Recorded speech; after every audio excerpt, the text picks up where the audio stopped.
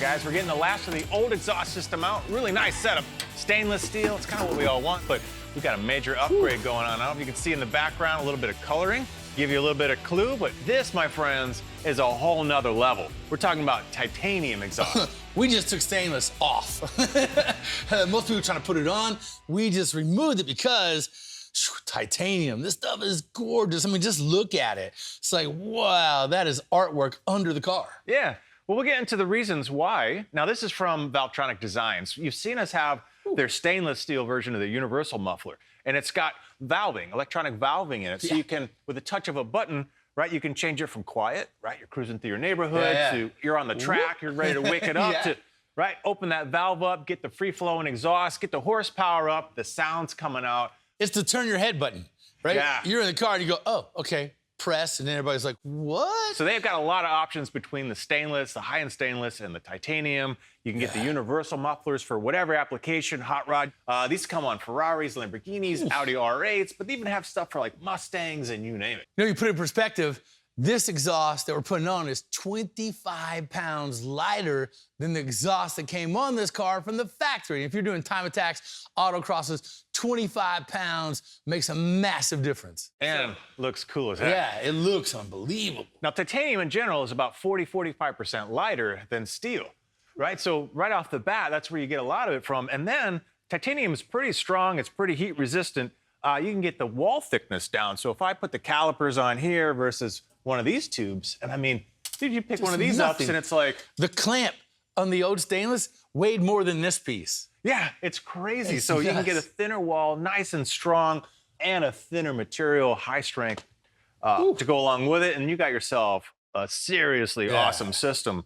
So I think we'll just have to figure out the order of the pieces, and it's ready to go back in there. Yeah, and look not to mention, at the end, the one part you will see behind the car, 5-inch tips, man. Yeah, if 4 wasn't big enough, we got 5. Yeah, that's big tip.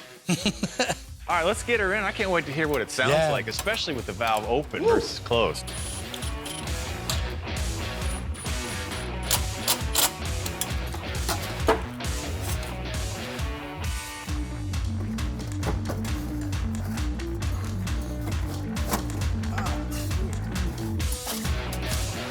Hold it, and we've got those pliers over there. Yeah, let me get this started. All right, we got the exhaust set up in here, man. It's looking pretty sweet. Now, we got to work on the valves part, right? So now we go from quiet to loud. Now, the factory one just kind of closed off one side. So that would deadhead this bank. And so if you came all the way up here, there's a V split. So everything would have to flow out one side until you open the valve, and then it can go the dual exhaust.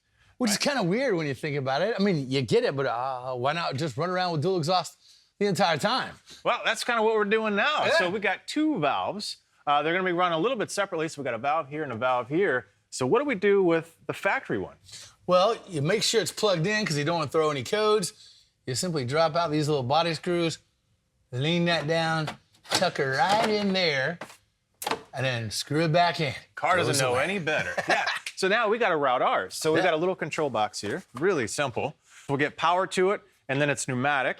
So we'll tap off of this guy here. We'll go to a little splitter. We'll feed it to both of these valves, and voila. Now we got a remote control, which is cool. I got it in my pocket because I already got it in the pocket. Yeah, because I knew you would be wanting to do the exhaust, but I get it going. I'm the one that's gonna be driving it and making it loud. You simply just go boop, and it's actually heavy. Like, feel it. That's solid. Okay, give it back. All right. Yeah, this thing's gonna get rowdy quick. So while you're on the track, I can quiet you down. Yeah. Look at that guy, he's so slow. So quiet. All right, we just got to get the controller up, wired, and fire this baby up. Yeah, man. Now, we're going to switch gears, go to the Ultima. No, we're not. We got plenty doing this. No. That's right. I'm down with that plan. Let's stick on this car for a while.